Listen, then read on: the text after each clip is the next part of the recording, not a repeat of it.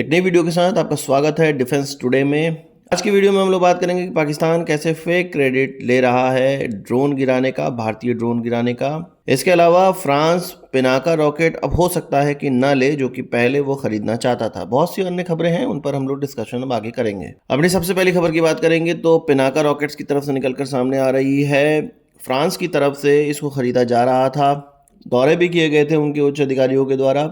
अब हो सकता है कि वो हमारे स्पिनाका रॉकेट सिस्टम को ना खरीदें। असल में उनका जो आर्टिलरी रॉकेट सिस्टम है वो पुराना हो चुका है और वो एक नए आर्टिलरी रॉकेट सिस्टम की तलाश में थे। अब वो डेवलप क्या करते, या कोई महंगे देश से या अमेरिका वगैरह से क्या खरीदते, वहाँ से उनको महंगा पड़ता, इसीलिए वो भारत की तरफ देख रहे थे कि सस्ते में उनका अच्छा काम हो जाएगा। और पिनाका रॉकेट सिस्टम बहुत बेहतरीन सिस्टम है। पर अब ये कहा जा रहा है कि फ्रांस की जो गवर्नमेंट है, उनके डायरेक्टरेट जनरल ऑफ आर्मामेंट है, उसने कहा है अपनी लोकल कंपनियों को कि एक ऐसा सिस्टम डेवलप करो जो कि 150 किलोमीटर तक मारक क्षमता रखता हो। इसके लिए उन्होंने 2 कंसोर्टियम को आइडेंटिफाई भी किया हुआ है और ये कंसोर्टियम आपस में कॉम्पिटिट करेंगे, अपना अपना प्रोडक्ट सामने रखेंगे और उनमें से एक प्रोडक्ट चुना जाएगा। इन 2 कंसोर्टियम्स में से पहला कंसोर्टियम थेल्स और एरियन ग्रुप का बना होगा, जबकि दूसरा जो कंसोर्टियम है वो सैफरन और एमबीडीए के द्वारा बनाया गया है। कंसोर्टियम मतलब 2 कंपनियां मिलके, कुछ कंपनियां मिलके आपस में एक ग्रुप बनाती हैं और किसी प्रोडक्ट को डेवलप करना चाहती हैं या डेवलप करती हैं। और फ्रांस ने इसकी डेडलाइन जो रखी है वो अगले साल ही रखी है। अगले साल ही या 1 साल में ये प्रोडक्ट बन के तैयार हो जाएगा, उसका टेस्टिंग स्टार्ट कर दी जाएगी और कुछ समय बाद उसका इंडक्शन किया जा सकता है। तो इससे क्लियर हो रहा है कि भारत के पिनाका की जो संभावनाएं थी वो अब बहुत कम ही लग रही हैं, क्योंकि हमारे जो पिनाका रॉकेट सिस्टम की मारक क्षमता है वो 60 से लेकर 90 किलोमीटर की है और जो उनको चाहिए, वो जो अपनी कंपनियों से कह रहे हैं, वो 150 किलोमीटर की बनाने की कह रहे हैं। हो सकता है फ्रांस भारत से कम दूरी की मारक क्षमता वाले पिनाका रॉकेट सिस्टम को तो ले ही, साथ ही साथ और ज़्यादा मारक क्षमता के लिए वो अपनी कंपनियों से जो 150 किलोमीटर मारक क्षमता वाले आर्टिलरी रॉकेट सिस्टम को डेवलप करने के लिए कह रहे हैं वो ले लें।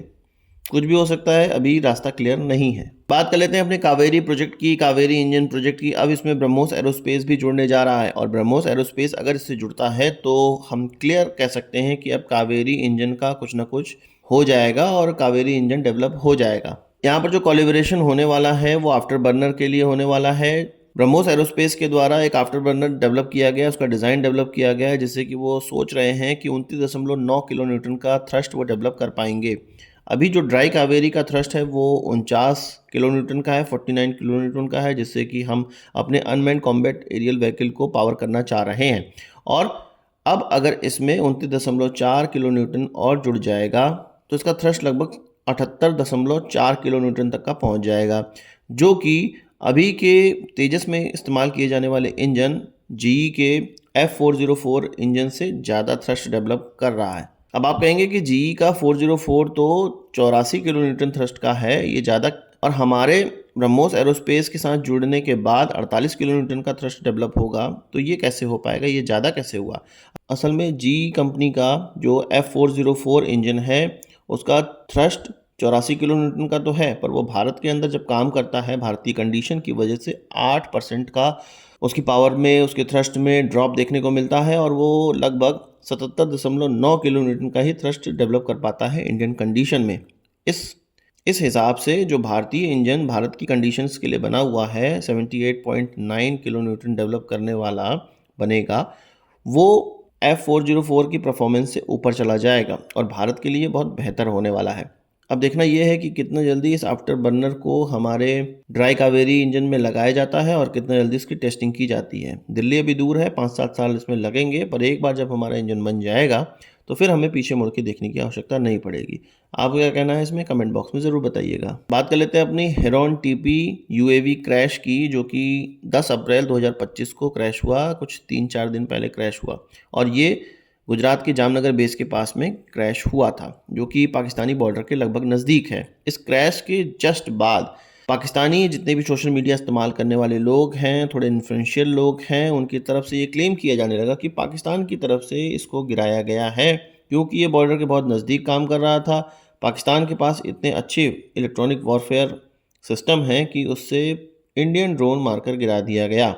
अब ये तो होना ही था, पाकिस्तानी बेवकूफ़ लोग हर चीज़ का क्रेडिट तो लेना चाहते ही हैं, जबकि साफ साफ खबरों में ये कहा गया है और प्रत्यक्षदर्शियों ने ये कहा है कि इसका इंजन फेल हो गया था या इसको घुमावदार गति करते हुए नीचे गिरते हुए देखा गया और इसका जो मलबा है वो 200 मीटर के दायरे में फैला। अब इलेक्ट्रॉनिक वॉरफेयर सिस्टम का इस्तेमाल करके किसी यूएवी को मलबे में कन्वर्ट तो नहीं किया जा सकता है। वो उसके इलेक्ट्रॉनिक सिग्नल को बंद करता है और ड्रोन नीचे गिरने लगता है। उसकी बॉडी में ऐसी कोई क्षति देखने को नहीं मिलती है। अभी तक भारत की तरफ से इसके लिए ऑफिशियली कुछ नहीं कहा गया है। एक कोर्ट ऑफ इंक्वायरी डिक्लेयर की गई है, पर पाकिस्तानी लोगों के द्वारा ऑफिशियली ये मान लिया गया है कि भैया इसको हमने गिराया है। अब कुछ लोगों का ये भी कहना है कि हो सकता है पाकिस्तानी लोग इसको गिराए भी हों, क्योंकि ये बहुत नज़दीक ट्रैवल कर रहा था।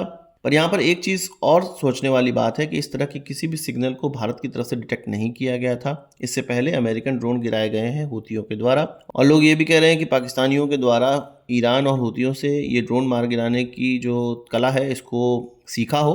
पर केवल एक ड्रोन पे ये असर नहीं होता है, बहुत सी ऐसी और चीज़ें हैं जो कि हमारी बॉर्डर पर लगी हुई हैं और इलेक्ट्रॉनिकली काम करती हैं, उन पर ऐसा कोई भी असर देखने को नहीं मिला था। और ये जो ड्रोन है वो उतरते समय दुर्घटनाग्रस्त हुआ है और 60% दुर्घटनाएं जो यूएवीज के केस में होती हैं, ड्रोन्स के केस में होती हैं, वो टेक ऑफ और लैंडिंग के समय में ही होती हैं।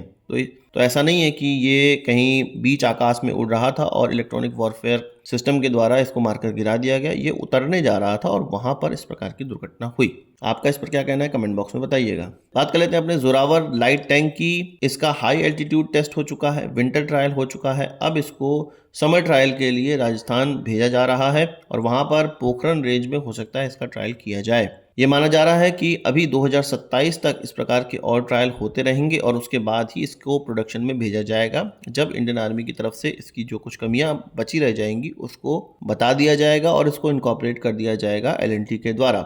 बहुत से लोगों का ये कहना है कि ऐसा जो टैंक, जोरावर टैंक, हल्का टैंक जो कि लद्दाख एरिया के लिए बना है, चीन के खिलाफ बनाया गया है और हाई एल्टीट्यूड के लिए बनाया गया है और इसीलिए इसको हल्का रखा गया है ताकि हाई एल्टीट्यूड पे इसका इस्तेमाल किया जा सके। उसका ग्रीष्म ट्रायल क्यों हो रहा है? इस प्रकार की तो इससे रिक्वायरमेंट ही नहीं है, इस टैंक से इस तरह की तो रिक्वायरमेंट ही नहीं है कि इसको हमारे रेगिस्तानी इलाकों में चलाया जाए। उसके लिए तो हमारे अन्य टैंक भी हैं और भारी टैंक भी हैं, अर्जुन टैंक है, T-90 टैंक है। तो ये हल्के टैंक को क्यों राजस्थान में चेक किया जा रहा है? क्यों इसका ग्रीष्मकालीन ट्रायल किया जा रहा है? क्या इस ट्रायल से ये प्रोजेक्ट का जो डिले है वो बढ़ता नहीं जा रहा है? तो आप व्यूअर्स ज़्यादा जानकार हैं, आपको पता होगा। आप बताइए कमेंट बॉक्स में कि ऐसा क्यों किया जा रहा है, क्या आपको लगता है? आज की इस वीडियो के लिए बस इतना ही। आशा करता हूँ वीडियो पसंद आया होगा, आप इसको एक बड़ा थम्स अप जरूर देंगे। इस वीडियो संबंधी सवाल सुझाव हो कमेंट बॉक्स में जरूर लाइएगा और यदि आपने हमारा चैनल सब्सक्राइब नहीं किया उसे भी कर लीजिए, क्योंकि हम इस प्रकार की वीडियो लाते रहते हैं। नमस्कार, थैंक यू, जय हिंद।